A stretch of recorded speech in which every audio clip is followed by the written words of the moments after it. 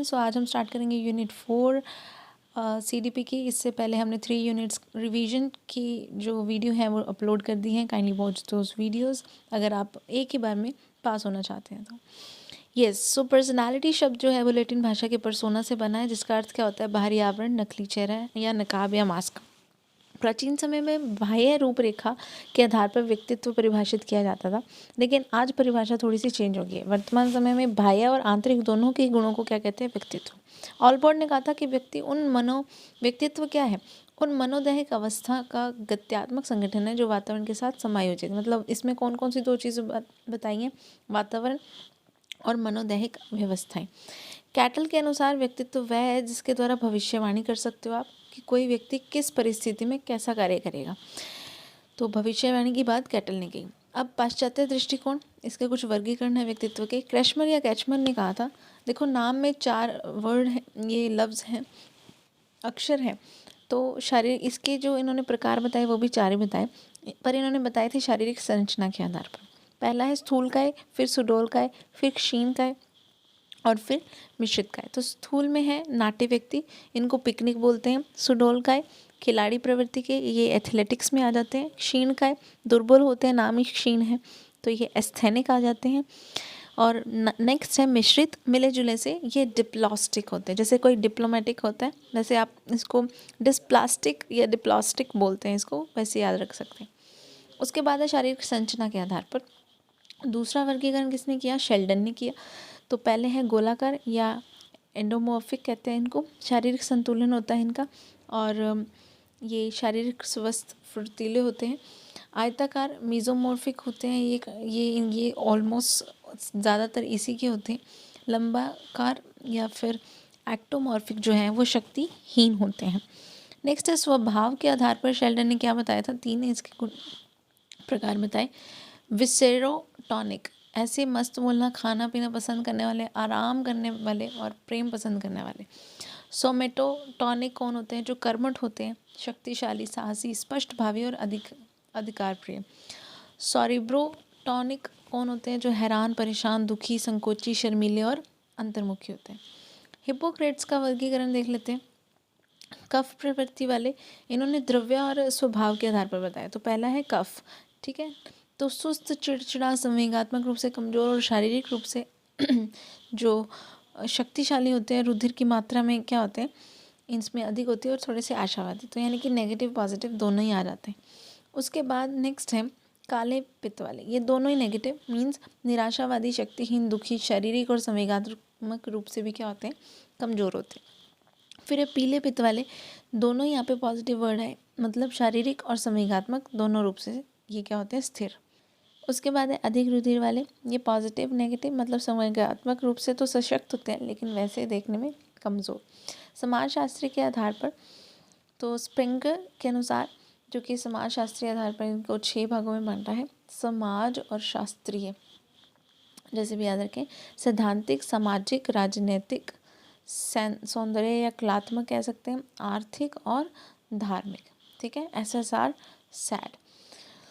तो सैद्धांतिक, सामाजिक और राजनीतिक आ गया, सौंदर्य या कलात्मक, आर्थिक और धार्मिक प्रवृत्ति वाले। नेक्स्ट है युंग या जुंग कहते हैं इनको, इन्होंने मनोविज्ञान के आधार बताए, इसी आधार को सबसे ज़्यादा प्रसिद्ध माना जाता है, और इन्होंने मनोवैज्ञानिक आधार पर इसका वर्गीकरण किया। 3 तरह के, अंतर्मुखी जो लेखक बनने की योग्यता रखता है, एकांत प्रिय और विचारशील। बहिर्मुखी जो शिक्षक और नेता बनने की योग्यता रखता है, बोलने वाले। उभयमुखी जो उचित व्यक्तित्व वाले होते हैं। अंतर्मुखी और बहिर्मुखी दोनों वाले गुण पाए जाते हैं। भारतीय दृष्टिकोण के वर्गीकरण क्या है? 3 प्रकार हैं, सतोगुणी, रजोगुणी और तमोगुणी। सतो वो होते हैं जो ईश्वर धर्म में विश्वास रखते हैं, रजो वो जो कर्म में, और तमो वो जो सुख या विलास प्रवृत्ति वाले ही होते हैं। आधुनिक दृष्टि से वर्गीकरण देख लेते हैं। 3 प्रकार हैं, भावुक, कर्मशील और विचारशील। भावुक तो सभी को पता है, जो भावों से ही विचारों तक पहुँचते हैं। कर्मशील वो जो अपने कामों से विश्वास पैदा करते हैं, और विचारशील वो होते हैं हर कार्य को विचार करके करते हैं। नोट करने वाली बात, संवेगीय रूप से स्थिरता वाले व्यक्ति का उचित व्यक्तित्व होता है, जो जिसके संवेगों पर जिसका कंट्रोल होता है। अब व्यक्तित्व विकास को प्रभावित करने वाले कुछ कारक हैं। वंशानुक्रम, कि उसमें वंशावृद्धि कैसी है, वातावरण कैसे, आसपास का वातावरण, शारीरिक संरचना क्या है उसकी, और मानसिक योग्यता कैसी है, विशिष्ट रुचि का भी प्रभाव पड़ता है, सांस्कृतिक वातावरण का भी, समाज का भी, परिवार का भी और विद्यालय का भी प्रभाव पड़ता है। ये नोट्स हैं विजेंद्र राठौड़ जी के और बहुत ज़्यादा इम्पॉर्टेंट लगे मुझे क्योंकि इन्होंने बहुत कम पेजेस में बहुत अच्छी नॉलेज दी हुई है। नेक्स्ट है मनोवैज्ञानिक सिद्धांत। तो मनोविश्लेषणात्मक में ये हम देखेंगे। सबसे पहले है सिगमंड फ्राइड। इनका जन्म 6 मई 1856 को हुआ, मृत्यु 23 सितंबर 1939 को ही। तो 3 का टेबल ही चल रहा है, वैसे 3 आ रहा है लास्ट में, अब ये मत करना 23 में नहीं आता, मीन्स 3 3 9 6 6, तो ऑलमोस्ट है ना। निवासी है ये ऑस्ट्रिया के, ना ही ऑस्ट्रेलिया नहीं है, ये ऑस्ट्रिया है, ठीक है। सो सिगमंड फ्राइड ने मन की 3 दशाएं बताई, चेतन, अचेतन और अचेतन, ठीक है। जो चेतन होता है वो 1/10 होता है, अचेतन 9/10 होता है, ठीक है। और अर्धचेतन जो मन है वो 0, ठीक। अब चेतन क्या है, मस्तिष्क की जागृत अवस्था है। अचेतन कटु अनुभूतियों, दुखद या दुख वगैरह, है ना, और दमित इच्छाओं का भंडार। अर्धचेतन क्या है, चेतन और अचेतन के बीच की अवस्था है। याद की हुई बातों को भूल जाना, अटक जाना, हकलाना आदि अर्धचेतन में आती है।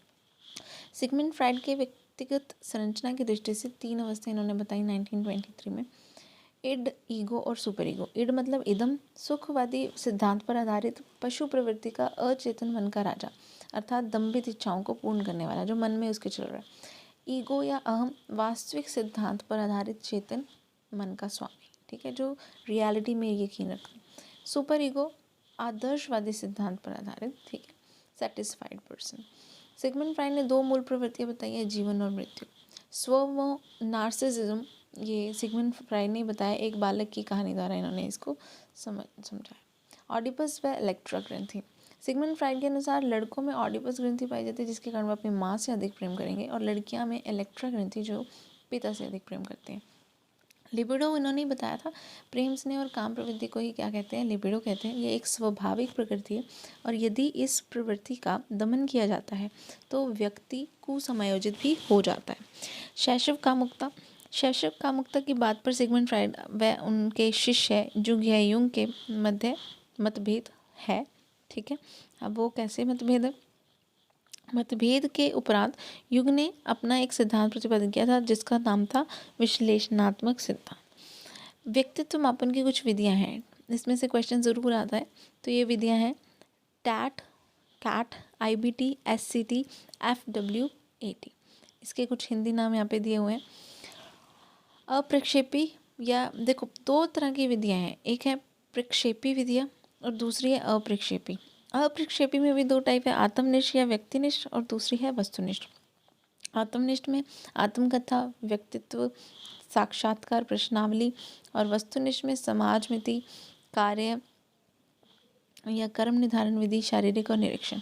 अब प्रमापीकृत का मतलब क्या है यहाँ पे, प्रमापीकृत या मानकीकृत जिस परीक्षण की विश्वसनीयता या वैधता की जांच की जा चुकी है, ऐसे को क्या कहते हैं, परीक्षण को प्रमापीकृत, जिसका प्रमाण है विश्वसनीयता। एक ही परीक्षण को एक ही समूह द्वारा बार बार प्रयोग किए जाने पर भी यदि अंकों में समानता पाई जाती है, मतलब अब बार बार कंटिन्यूटी में उसके जो मार्क्स है वो सेम है, ऐसे परीक्षण को विश्वसनीय कहते हैं। वैधता क्या है कि जिस उद्देश्य की पूर्ति के लिए परीक्षण बनाया गया है उस उद्देश्य पर वो खरा उतर जाए।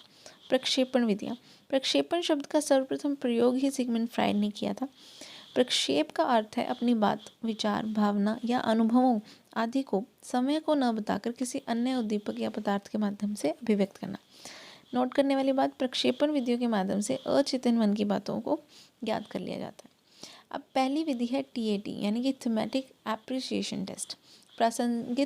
प्रासंगिक अंतर्बोध परीक्षण या कथा प्रसंग। इसके प्रतिपादक जो हैं वो है मॉर्गन एंड मुरे। सन 1935 में इन्होंने कुल कार्ड्स रखे थे 31, 30 और 1।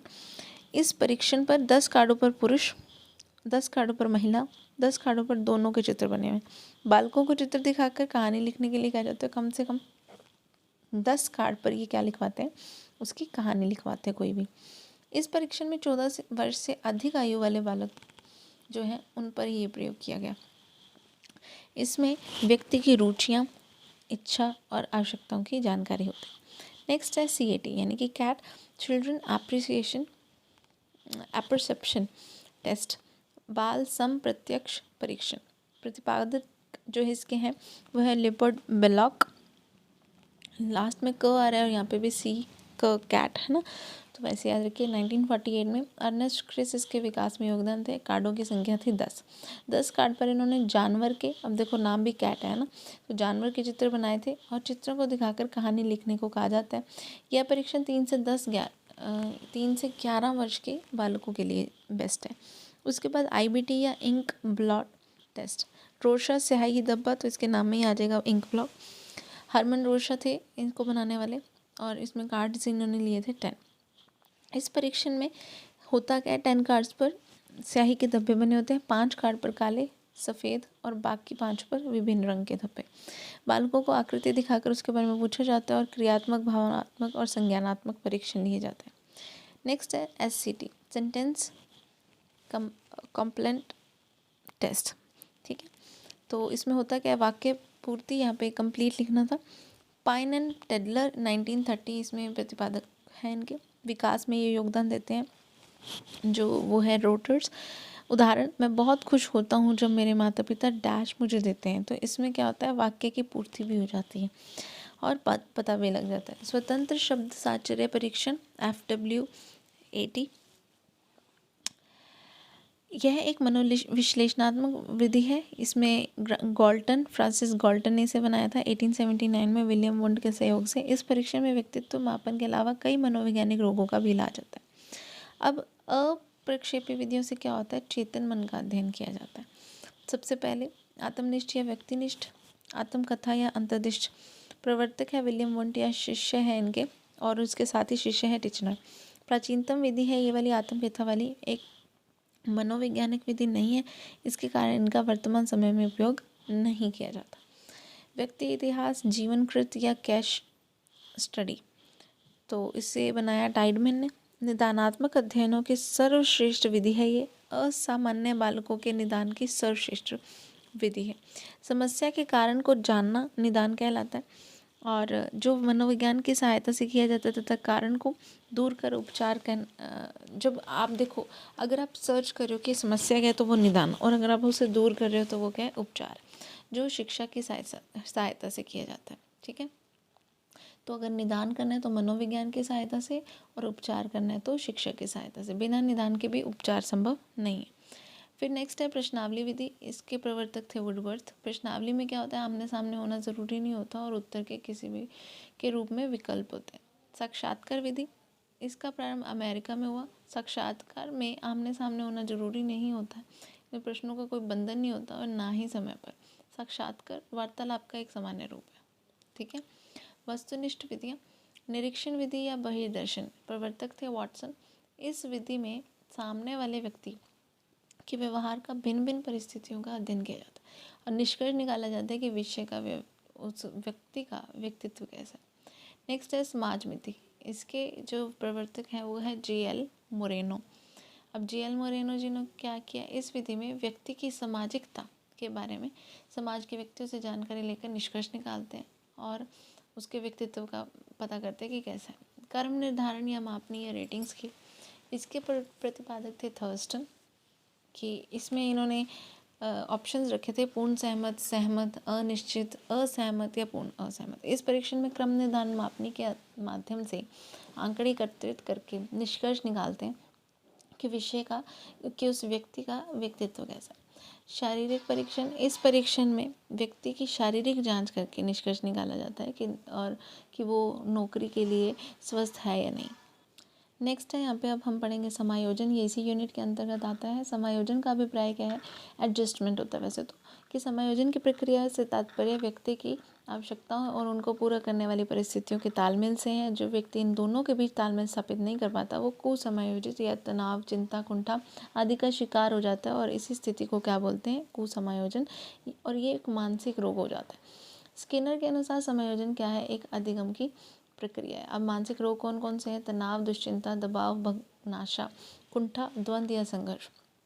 अब तनाव कब होता है, जब व्यक्ति समय पर या परिस्थिति, जैसे अपने कहते हैं स्ट्रेस है ना, परिस्थिति व आवश्यकता के अनुसार कार्य नहीं कर पाता और असफल हो जाता है तो वह तनाव का शिकार होता है। दुश्चिंता क्या होती है? अवचेतन मन की एक दंभित इच्छा कि ऐसा ना हो जाए, ऐसा ना हो जाए, ठीक है, और मन में आने का प्रयास करती है या आ जाती है, तो उसे दुश्चिंता कहते हैं। दबाव क्या होता है? सफलता और असफलता या आत्म सम्मान की रक्षा के लिए व्यक्ति क्या करता है? दबाव महसूस करता है कि इंसल्ट ना हो जाए। भग्नाशा या कुंठा बार बार प्रयत्न करने के बाद भी वो अगर वो कंप्लीट ना हो, ठीक है, तो उसे क्या बोलेंगे? मतलब वो बंदा निराश हो जाएगा, और निराशा को ही मनोवैज्ञानिक भाषा में क्या बोलते हैं? भग्नाशा। द्वंद्व या संघर्ष जब एक साथ दो अनुकूलित अवसर उपस्थित हो जाते हैं कि आपके सामने इधर कचौरी पड़ी है और उधर टिक्की पड़ी है ना, और आप दोनों के ही शौकीन हैं, तो अब ये द्वंद्व की स्थिति होगी कि अब खाएं तो खाएं क्या। चयन किसी एक का ही करना होगा उसमें से, ठीक है, और मस्तिष्क में ये क्या बन जाता है? संघर्ष या द्वंद्व। मानसिक मनोरचनाएं, समायोजन तंत्र, आत्म सुरक्षात्मक शक्तियाँ, ये सारे नाम एक ही हैं, ठीक है। सो आत्म सुरक्षा अभियंत्रिका या प्रतिरक्षण प्रणालियाँ, रक्षा तंत्र भी बोलते हैं। मानसिक मनोरचनाएं वे साधन होते हैं ये सब जिनको व्यक्ति मानसिक रोगों से बचने के लिए क्या करता है? समायोजन स्थापित करने के लिए उपाय के रूप में लेता है। मानसिक मनोरचना दो हैं, एक प्रत्यक्ष, एक अप्रत्यक्ष। प्रत्यक्ष तो तब होगा जब वो बाधा को दूर करने का कार्य करेगा, कोई और रास्ता अपनाएगा। जैसे किसी ने कनाडा जाना था पर वो नहीं जा पाया, तो अब वो टीचिंग में जा रहा है या डॉक्टरी या किसी और लाइन में जा रहा है। सो लक्ष्य का प्रतिस्थापन कर दिया यहाँ पे, ठीक है। विश्लेषण एवं निर्णय करना उसका कि अब क्या लास्ट कंक्लूजन निकाला जा सकता है। उसके बाद है अप्रत्यक्ष उपाय। आपने देखा होगा कि कुछ लोग दमन कर जाते हैं। दमन का मतलब ये बताया था सिगमंड फ्राइड ने, कटु अनुभूतियाँ, दुखद बातें, अतृप्त इच्छाएं, मतलब दुख के रूप में और भुला देने का सोचते हैं वो। नेक्स्ट है दिवा स्वप्न या फिर मन तरंग, कल्पना प्रवाह। हकीकत में जिन इच्छाओं को पूरी नहीं हो सकती उन्हें कल्पना के माध्यम से वो पूरी करते हैं, ठीक है, और कुछ देर के लिए आनंद ले लेते हैं, इसी को दिवा स्वप्न कहते हैं। दिवा स्वप्न की अधिकता अपराधी भी बना सकती है, ठीक है, और किशोरावस्था में ये ज़्यादा होती है। प्रक्षेपण, अपनी असफलता का दोष किसी और पर लगा के खुद बच जाना, खुद को संतुष्ट कर लेना कि मेरी तो गलती नहीं है, वो प्रक्षेपण है। जैसे नाच न जाने आंगन टेढ़ा। परीक्षा में अगर कोई असफल होता है या तबीयत उसकी बिगड़ जाती है तब ऐसा होता है। अब जैसे मान लो आपने ये 5 वीडियो नहीं देखी और आपकी जो वहाँ पे ये क्वेश्चन आ गया, ठीक है, तो अब आप प्रक्षेपित करेंगे कि अरे तब मैं देखने वाला था, वो वीडियो काश देख लेता, पर किसी वजह से नहीं देख पाया, है ना। सो वो किसी और पे आपने लगा दी चीज़, खुद पे नहीं लेके। औचित्य स्थापन क्या है? किसी भी कारण से कोई पद या वस्तु का प्राप्त नहीं होती तो उसी पद या वस्तु में दोष निकाल देना कि नहीं नहीं ये तो अच्छी नहीं थी, ठीक। उदाहरण, लोमड़ी को अंगूर नहीं मिले तो वो खट्टे, आरएस नहीं बन पाए तो वो दोष निकाल दिया। आश्रित होना, अब आश्रित किस पे होंगे आप? कर्महीन व्यक्ति जो पूरी तरह से दूसरों पर निर्भर होकर अपने आप को समायोजित कर लेता है कि वो तो दे ही देगा। प्रतिगमन, जो व्यक्ति वर्तमान जो स्थिति है ना व्यक्ति को तनाव देती है, उससे बचने के लिए वो क्या करता है? अपनी पूर्व स्थिति की ओर लौट जाना, मतलब कहीं उस जगह से डिस्टेंस बना लेना। उदाहरण, एक वयस्क का बच्चों की तरह फूट फूट कर रोना। या फिर एक लड़की का वापस अपने पीहर आकर अपनी माँ की गोद में सो जाना। तो कहाँ तो वो एक खुद माँ बन गई पर वो अपनी माँ की गोद में सो रही है, तो उसने प्रतिमान किया। तदात्मीकरण मतलब समायोजन स्थापित करना, अपने परिचय किसी ऐसे व्यक्ति के साथ तालमेल स्थापित कर देता है जिसमें क्या होता है कि वो एक दूसरे से बात करके ही अपने जो गुण अवगुण है उसका अनुकरण करते हैं। नेक्स्ट है शोधन, मार्गांतरीकरण या शुद्धिकरण। असामाजिक प्रवृत्तियों को सामाजिक प्रवृत्तियों कर लेना, समायोजन स्थापित करना है, ठीक है। नेक्स्ट है क्षतिपूर्ति उपाय, जिस क्षेत्र में व्यक्ति कमजोर है उसी क्षतिपूर्ति किसी अन्य क्षेत्र से कर लेना, ठीक है। मैथ्स नहीं आ रही है तो आपने फिजिक्स ले ली। कुछ उदाहरण है, विकलांग बालक कक्षा में प्रथम आकर अपने आप को समायोजित कर लेता है कि चलो मैं ये तो हूँ। कम ऊंचाई वाली लड़की ऊंची एड़ी की सैंडल पहनकर खुद को समायोजित करिए कि ठीक है मैं लंबी होगी। सो आक्रामक उपाय भी होते हैं, कुछ प्रत्यक्ष कुछ अप्रत्यक्ष। प्रत्यक्ष में क्या होता है? जो व्यक्ति आत्मसम्मान को ठेस पहुंचाता है, ठीक है। उसी प्रकार आक्रामक अगर आक्रमण करते हैं तो अपने आप को संतुष्ट की खुद को मार लिया, है ना। अप्रत्यक्ष क्या है? जो आत्मसम्मान को जैसे ठेस पहुंचे उसके, तो उसका बदला वो अन्य तरीके से लेगा। जैसे कुम्हार कुम्हारी को तो जो जीतता नहीं गधी के कान ऐंठता है, मतलब खुद किसी का गुस्सा किसी पे निकाल देना। नेक्स्ट अपने पढ़ेंगे इसी में समायोजन के प्रतिमान। सिगमंड फ्राइड के अनुसार क्या था, अचेतन मन समायोजन का आधार होता है। ईगो, अहम अवस्था समायोजन का आधार है। लिबिडो जो प्रवृत्ति है वो समायोजन का आधार है। एडलर क्या कहते हैं, श्रेष्ठता प्राप्ति ही समायोजन का आधार है। युंग कहते हैं कि आत्म सिद्धि ही समायोजन का आधार है। दिल, भावनाएं और दिमाग, विचार में संतुलन बनाए रखना ही अपनी मतलब एक तरह की सिद्धि है। स्वप्न क्या है, इन्होंने इसको, जैसे सिगमंड फ्राइड है, सिगमंड फ्राइड के अनुसार स्वप्न अचेतन मन का स्वरूप। एडलर कहते हैं स्वप्न चेतन मन का है। युंग कहते हैं स्वप्न अचेतन, चेतन और अचेतन तीनों का ही प्रतिरूप है। ठीक, अब नोट करने वाली बात, सिगमंड फ्राइड के विचारों को यहाँ पर प्रमुखता दी जाती है, जो कि सही भी है कि ये अचेतन मन है। अब नेक्स्ट जो इकाई वो लास्ट है अपनी, वो अपने अब नेक्स्ट वीडियो में करते हैं। थैंक यू सो मच, आपने इतना सपोर्ट किया अब तक। Your support is my motivation. Kindly subscribe this channel and share as much as you can. Thank you so much. और सब्सक्राइब नहीं किया तो अभी कीजिए।